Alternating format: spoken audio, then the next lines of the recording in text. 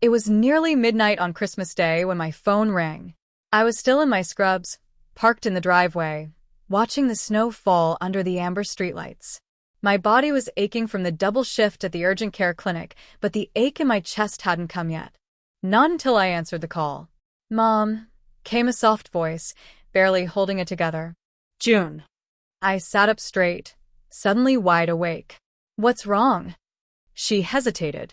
I think I made a mistake coming here." I was confused. "What do you mean, sweetie? Where are you?" "I'm at Nana and Grandpa's," she said. "I got here around 6. But they told me there wasn't any room." I blinked. The heater in the car blew softly, fogging the windshield, but my insides had gone ice cold. "What do you mean there wasn't any room?" "They said the house was full. That too many people came last minute," she said, her voice trembling now. Nana opened the door, saw me, and just said, "Oh, June, you should have called first. We're packed to the gills, sweetie." Then she didn't invite me in. I leaned my forehead against the steering wheel, trying to steady my breath. "Did you go inside at all?" "No." She said there weren't any more chairs or beds, and people were already eating. "I could see everyone through the window, Mom. Even the Jenkinses were there, and they're just neighbors." My heart dropped. "I brought cookies. I was wearing the sweater you got me. I don't know what I did wrong." Let me pause here and introduce myself. My name is Laura Pierce, and up until that moment, I was someone who gave her family the benefit of the doubt more times than they ever deserved. That night, something in me cracked. Not loudly, not angrily, quietly, Deeply. Permanently. I tried to stay calm for June's sake. "Honey, where are you now?" "In the car." "I didn't want to cry in front of the house," she whispered. "I'm gonna drive home." "No, don't. Stay there. I'll be there in 20. It was snowing harder now, but I didn't care. I backed out of the driveway and took the highway, pushing through slush and dark, furious and heartbroken, and scared all at once. June had just turned 17 a month ago. She had been so excited about going to Christmas with the family on her own for the first time. She told me she wanted to show them she was grown up now, that she could hold her own in adult conversation, that she made her own cookies, that she'd wrapped thoughtful gifts for everyone. She had been nervous about the drive, but she left early and texted me updates on the road like I asked. Her little car had no snow tires. I should have said no, insisted we go together. But I thought, naively, that maybe things would be different this year. That maybe, just maybe, my parents would make room for her the way they never really made room for me. When I pulled into the lot outside their house, I saw June's car parked at the curb, engine off. I rushed over and opened the door. She was sitting there with the container of cookies on her lap, half-frozen tears on her cheeks. "Oh, baby." She tried to smile. They were peppermint chocolate chip. I even sprinkled sea salt on top like Aunt Denise likes. I closed the door and wrapped my arms around her. She melted into me, finally letting go. Later that night, when we got home, I made her tea and heated up the Chinese takeout I'd planned to eat alone. We sat on the couch under the fleece blanket and she asked, "Do they not like me, Mom? Did I do something?" I wanted to lie. I wanted to tell her they were just overwhelmed or tired or forgetful. But I didn't.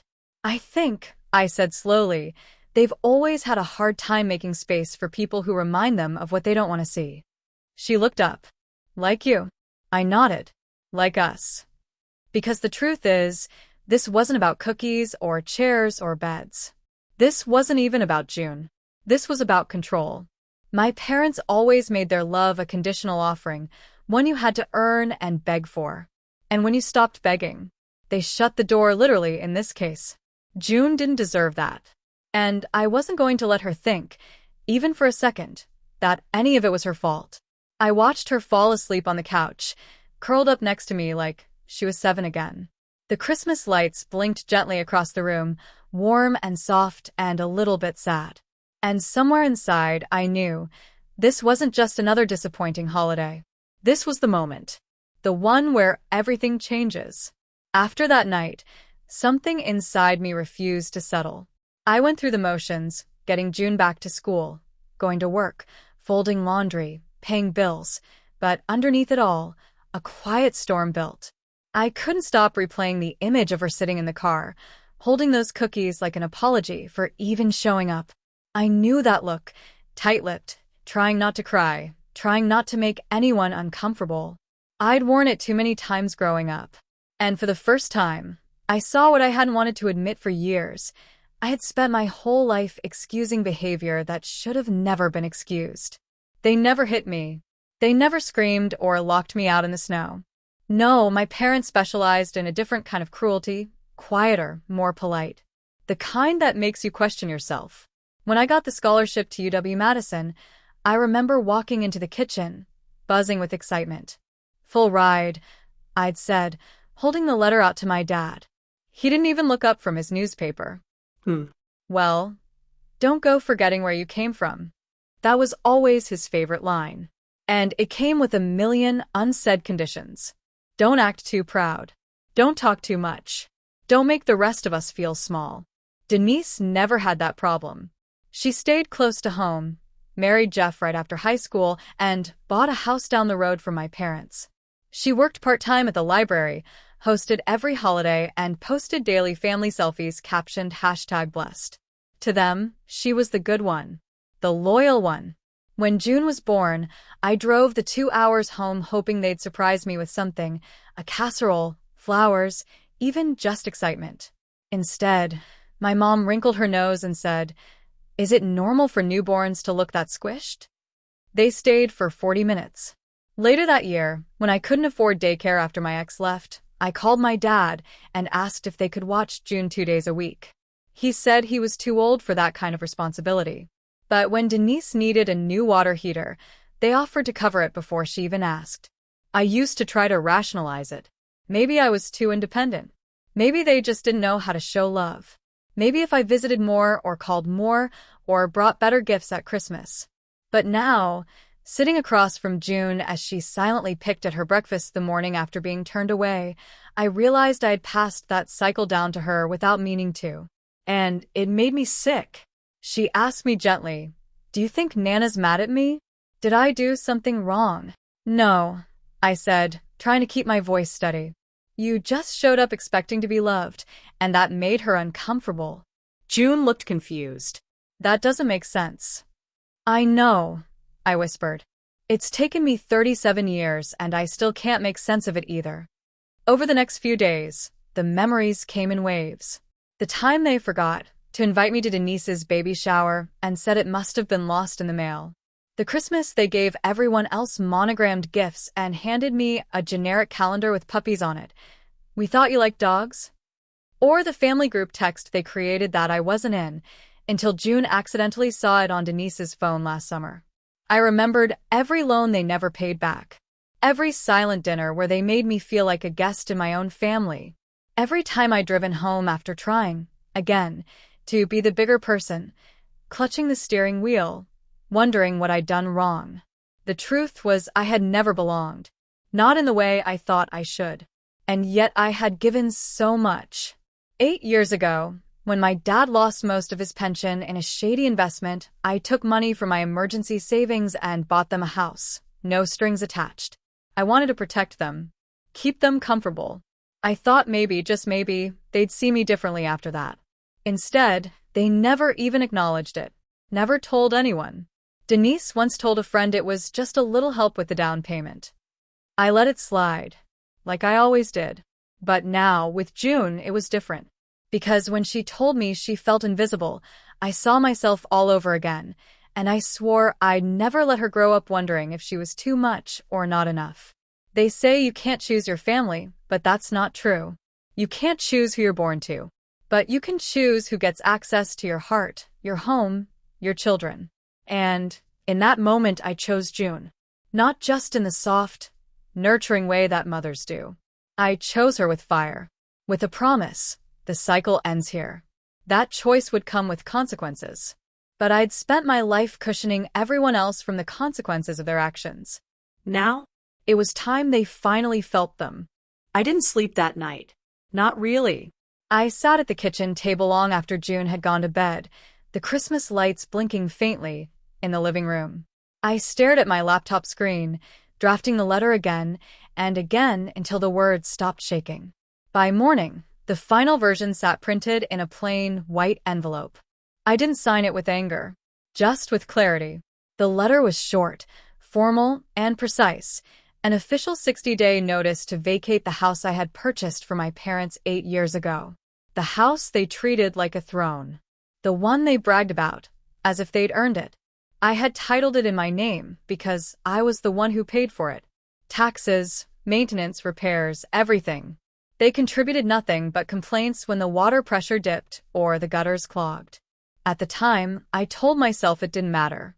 I had a good job. They were my parents. But something changed when I saw how they treated my daughter. The same dismissiveness. The same silent judgment. The same sense of entitlement. I wasn't just cutting off support, I was cutting the cord. That morning, I drove to their house and parked down the street. The driveway was full. There was still snow on the lawn, trampled by the Christmas crowd from the night before. I noticed the empty cookie tin June had left in the bushes, still unopened. I knocked.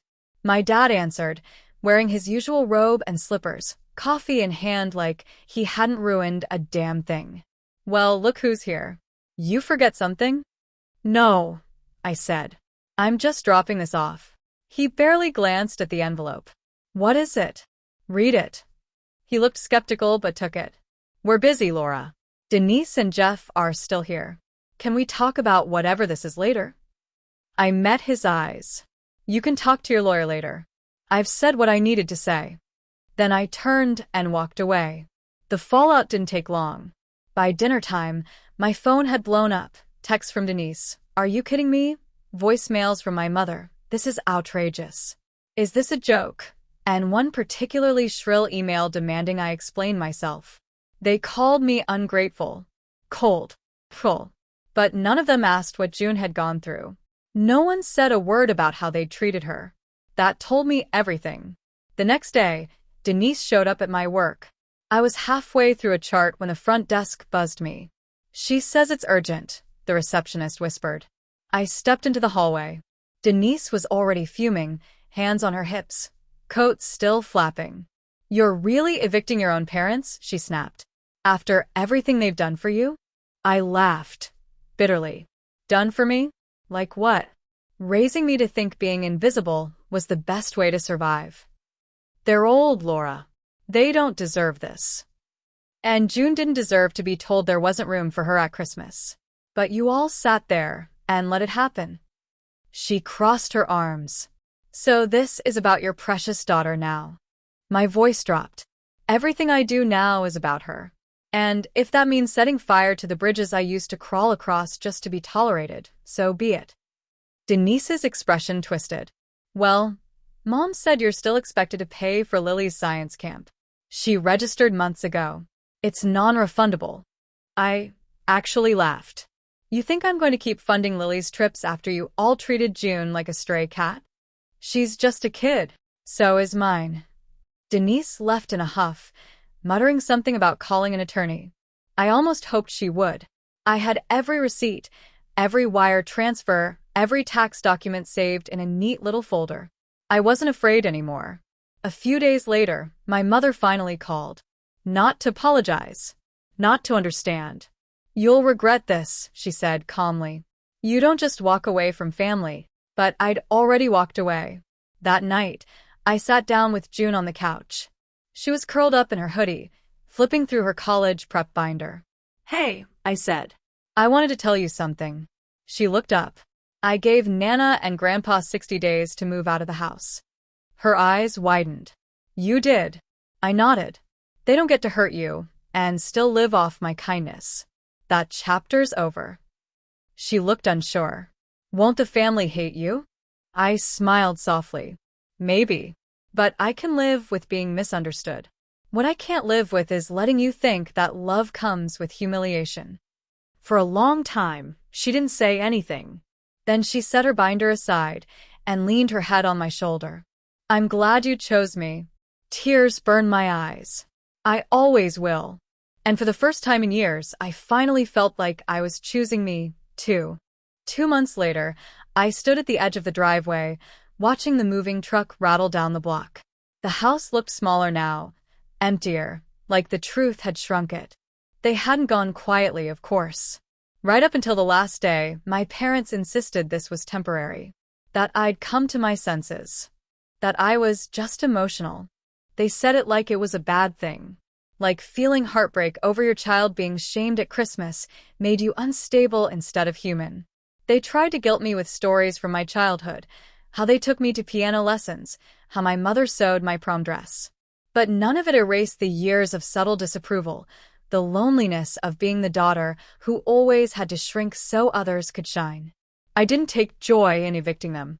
It wasn't about revenge. It was about finally drawing a line no one believed I had the courage to draw. They moved into a cramped duplex on the edge of town. I heard through a cousin that the water heater broke the first week and my dad blamed it on the karma of being disrespected by your own blood. Denise stopped speaking to me. At first, she posted cryptic things online, quotes about betrayal, sisterhood, and family first, but when no one jumped in to validate her side, she eventually went silent. What surprised me most were the messages I started getting, quiet, private acknowledgments from cousins, old friends of the family, even a few aunts and uncles. Good for you, Laura. I always wondered how you put up with it. I remember when they forgot your birthday that year.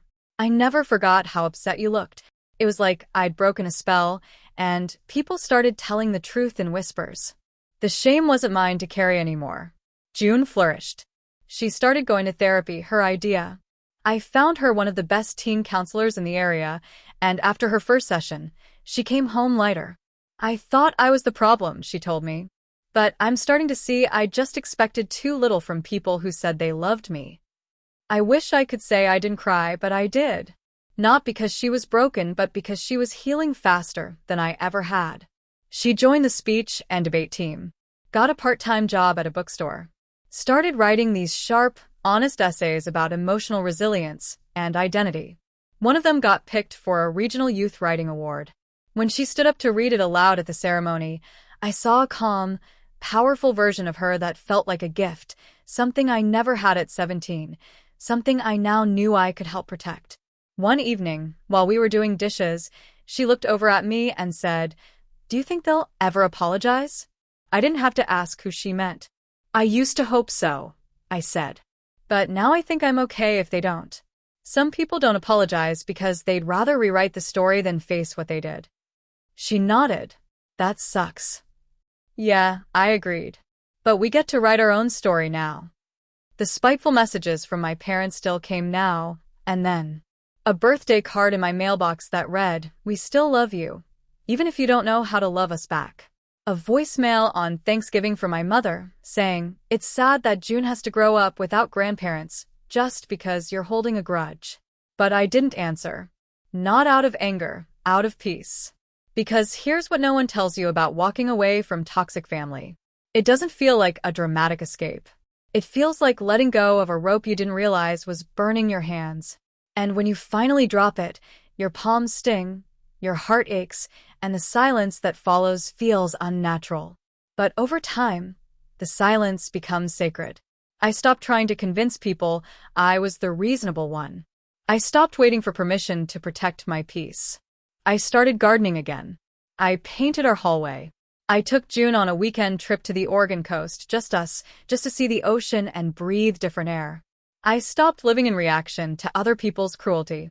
And slowly, a new kind of family formed, made of the people who chose us. My neighbor Nora, who drops off soup when I work late. My coworker Devin, who invites June to join her family's game nights. The owner of the bookstore where June works, who gave her a full scholarship to a summer writing retreat without blinking. Blood may be thicker than water, but I've learned boundaries are thicker than both. And love, real love, doesn't twist you. It doesn't ignore you, gaslight you, guilt trip you into staying small. Real love sees you and stays. So no, I don't regret it. Not the letter. Not the eviction. Not the silence. If anything, I regret how long it took me to believe we deserved better. But now we know. And now we live accordingly. This Christmas, June and I baked new cookies. We packed them into tins with handwritten notes and delivered them to friends who had become family. There was more laughter in our home, than ever before. And for the first time in my life, I didn't dread the holidays. I welcomed them, on our terms, in our home, surrounded by love that never had to be earned. Thank you so much for listening to my story. Your support means everything. If this story touched you or made you think, please subscribe to our channel for more real, powerful stories.